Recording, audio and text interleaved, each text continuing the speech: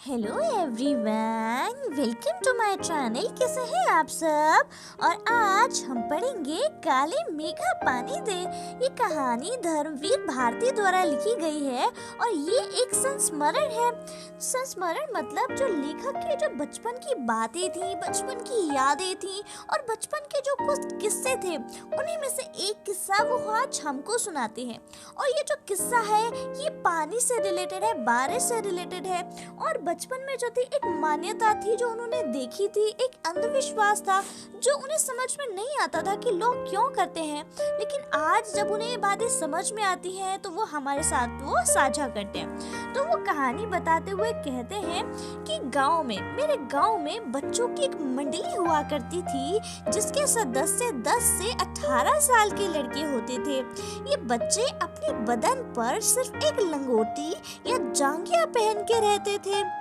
जब गर्मी बहुत ज्यादा बढ़ जाती थी और बादल दूर दूर तक आसमान में कहीं दिखाई नहीं देते थे, तब ये बच्चे एक जगह इकट्ठा होकर बोलते थे, बोल गंगा मैया की जय, काले मेघा पानी दे, गगरी फूटी बैल प्यासा पानी दे पानी दे।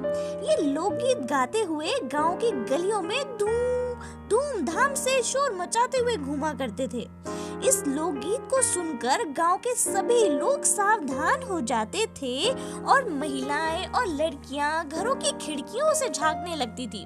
ये मंडली पानी दे मैया इंद्रसेना आई है कहते हुए अचानक गली के किसी मकान के सामने रुक जाते और तो उस घर के लोग बाल्टी भर उस पानी उस मंडली के ऊपर फेंक देते थे।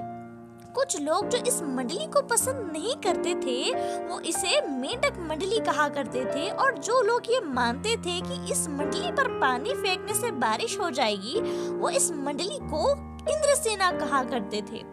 जब जेठ बीतकर आषाढ़ भी आधा गुजर जाता मगर फिर भी बारिश नहीं होती, गांव और शहरों में सूखे से हालात हो जाते, मिट्टी सूख कर जमीन फटने लगती, इंसान और जानवर पानी के बगैर तड़प तड़प कर मरने लगते थे। फिर भी आसमान में बादलों का कहीं नामो निशान दिखाई नहीं देता था। ऐसे मुश्किलों हालात में लोग अपने जगह के प्रचलित लोक विश्वास जैसे पूजा पाठ, हवन आदि के सहारे भगवान इंद्र से प्रार्थना कर वर्षा की उम्मीद लगाते थे।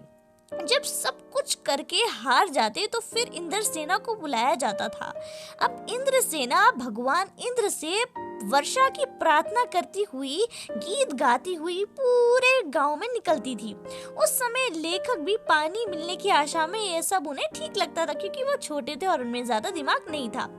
लेकिन एक बात उनकी समझ में नहीं आती थी, जब चारों ओर पानी की इतनी कमी है, जानवर और इंसान दोनों ही पानी के लिए तड़प रहे हैं, और फिर इतनी मुश्किल से इकट्ठा किया हुआ पानी लोग इंद्रसेना पर डालकर उसे क्यों बर्बाद करते हैं। उनको लगता था कि ये तो सरासर अंधविश्वास है जो देश को ना जाने कितना नुकसान पहुंचा रहा है। फिर लेखक कहते हैं कि ये इंद्रसेना नहीं बल्कि पाखंड है। अगर ये इंद्रसेना सच में इंद्र महाराज से पानी दिलवा सकती तो क्या वह पहले अपने लिए पानी नहीं मांग लेती। इस तरह अंधविश्वास के कारण ही तो हम अंग्रेजों से पिछड़ गए हैं और उनके गुलाम हो गए हैं। लेखक आगे अपने बारे में बताते हैं कि वो भी लगभग इंद्रसेना में शामिल बच्चों की ही उम्र के थे, यानी काफी कम छोटी सी उम्र के थे। उनके अंदर बचपन से ही आर्य समाजी संस्कार पड़े थे। वो उस समय कुमार सुधार सभा के उपमंत्री भी थे जिसका कार्य था समाज में सुधार करना और अंधविश्वास को दूर करना। तो ये साफ बात है कि जो हमारे लेखक थे वो अंधविश्वास और इन सब चीजों में नहीं मानते थे। हालांकि लेखक हमेशा अपनी वैज्ञानिक सोच, अपनी साइंस की सोच के आधार पर इन अंधविश्वासों के तर्क ढूंढते रहते थे कि इन अंधविश्वासों के पीछे क्या वजह हो सकती है। फिर भी वो इस बात को स्वीकार करते थे कि उन्होंने अभी भी अपनी वैज्ञानिक सोच को अलग रखते हुए ऐसे रीति रिवाजों को अपनाया जो उन्हें उनकी जीजी ने अपनाने को कहा था। यानी वो खुद से इन अंधविश्वासों में नहीं मानते थे बल्कि बस अपनी जीजी के कहने पर वो इन सब चीजों को फॉलो करते थे।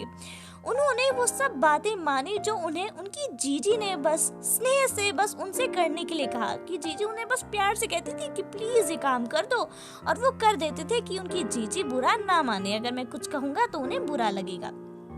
लेखक कहते हैं कि उन्हें सबसे ज्यादा प्यार उनकी जीजी से ही मिला।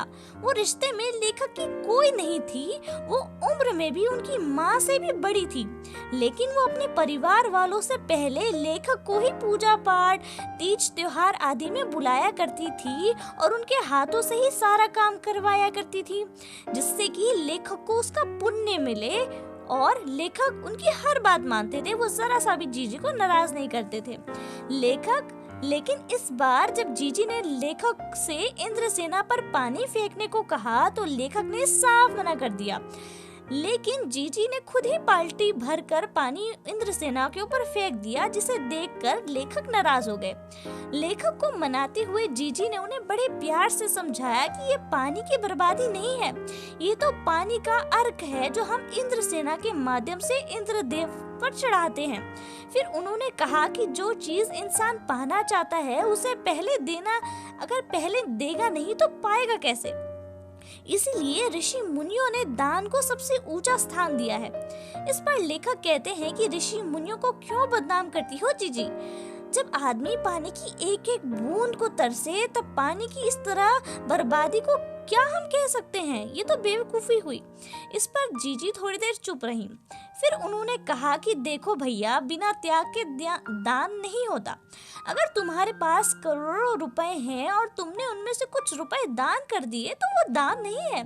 दान तो वो है जब किसी के पास कोई चीज कम है फिर भी वो उस वस्तु को दान कर रहा है, तो उसको उसके दान का फल मिलता है। लेखक उनकी बात को काटते हुए कहते हैं कि ये सब ढकोसला है और मैं इन सब बातों को नहीं मानता।